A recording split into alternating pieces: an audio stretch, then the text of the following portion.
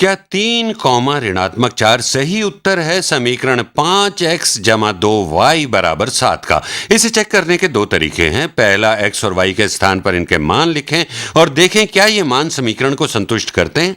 और दूसरा तरीका है, इस समीकरण का ग्राफ खींचेंगे और देखेंगे कि क्या ये बिंदु उस ग्राफ या आलेख में हैं। यदि हैं तो हमारा उत्तर ठीक है इस इक्वेशन के लिए। तो पहले तरीके से देखते हैं। हमारे पास है 5x जमा 2y बराबर 7। x और y के मान लिख देते हैं। x के स्थान पर हम रखते हैं 3, x के स्थान पर तो 5 गुणा 3 जमा प्लस 2 टाइम्स y, 2 गुणा y है ऋणात्मक 4 जमा 2 गुणा ऋणात्मक 4 होना चाहिए बराबर 7 के इक्वल टू 7। यहां प्रश्न चिन्ह लगाता हूं क्योंकि हमें यकीन नहीं है कि ऐसा होगा। तो 5 गुणा 3, 5 टाइम्स 3 हुआ 15 और 2 गुणा ऋणात्मक 4, 2 टाइम्स नेगेटिव 4 हुआ ऋणात्मक 8।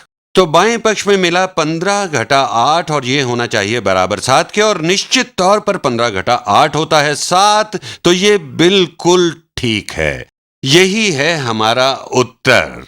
मैं अब आपको दिखाऊंगा। ये तो था प्रतिस्थापन विधि द्वारा, लेकिन अब इस समीकरण का आलेख खींचेंगे। हम इसे ग्राफिकली भी कर सकते हैं।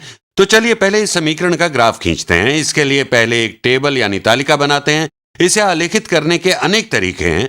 इसे आप स्लोप इंटरसेप्ट यानी प्रवणता प्रतिच्छेदन रूप में दिखा सकते हैं, लेकिन हम x और y की टेबल बनाएंगे और उन्हें आलेखित करेंगे और देखेंगे क्या ये मान ग्राफ पर स्थित हैं या नहीं। और ऐसा होगा क्योंकि हमारा हल सही है। यदि हम देखें बिंदु 3 और ऋणात्मक 4 तो ये ग्राफ में है। हम अपनी तालिका में इसे देख सकते हैं, लेकिन अभी मैं इसे करूंगा नहीं। हम इसका प्रयोग ग्राफ खींचने के लिए ही करेंगे। तो देखते हैं, जब x बराबर होगा 0 के, हमारे पास 5 गुणा 0 जमा 2 गुणा y होगा बराबर 7 के।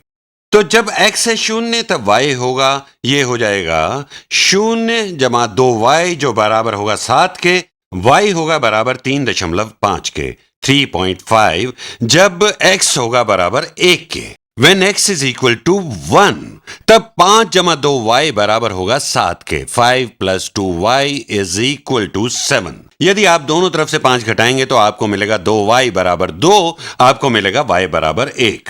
तो जब x होगा 1, y होगा 1, और जब x होगा, चलिए देखते हैं। वैसे ये वास्तव में काफी है आलेखित करने के लिए। हम और भी बिंदु निकाल सकते हैं। हम यहां रख सकते हैं बिंदु 3 ऋणात्मक 4, लेकिन चलिए कोशिश करते हैं आलेखित करने की। ये बहुत ही रफ ग्राफ होगा। तो चलिए मैं बनाता हूं x अक्ष, x एक्सिस, और यहां ऊपर होगा मेरा y अक्ष यानी y एक्सिस। और चलिए मैं बनाता हूं कुछ बिंदु यहां पर। मान लीजिए ये 1, 2, 3, 4 हैं।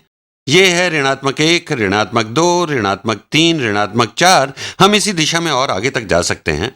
ये होगा 1, इसे थोड़ा और करता हूं, 1, 2, 3, 4, और इसे मैं ऐसे ही ले सकता हूं धनात्मक x दिशा में। अब इन बिंदुओं को आलेखित करेंगे। मेरे पास है 0, 3.5 जब x 0 है, y है 1, 2, 3.5 जब x होगा 1, y होगा 1, और तब हम खींचेंगे ये डॉटेड लाइन, ये बिंदु पथ, ताकि ये सुनिश्चित हो जाए कि मैं इन बिंदुओं को जोड़ सकूंगा।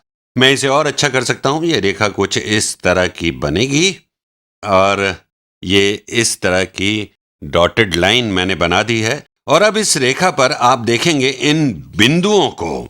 ये है 3 ऋणात्मक 4, और हम मानते हैं कि हम इसे अच्छे से पैमाने पर बना सकते हैं।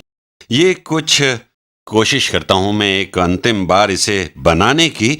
ये बनेगी कुछ इस तरह की बनेगी। यदि कोई पूछे कि 3 ऋणात्मक 4 कहां है, इस पर आप देखकर बता सकते हैं, लेकिन यह मुश्किल होता है। यदि मानों को सब्स्टिट्यूट नहीं करते तो आप कहेंगे जब x बराबर है 3 तब y कितना है।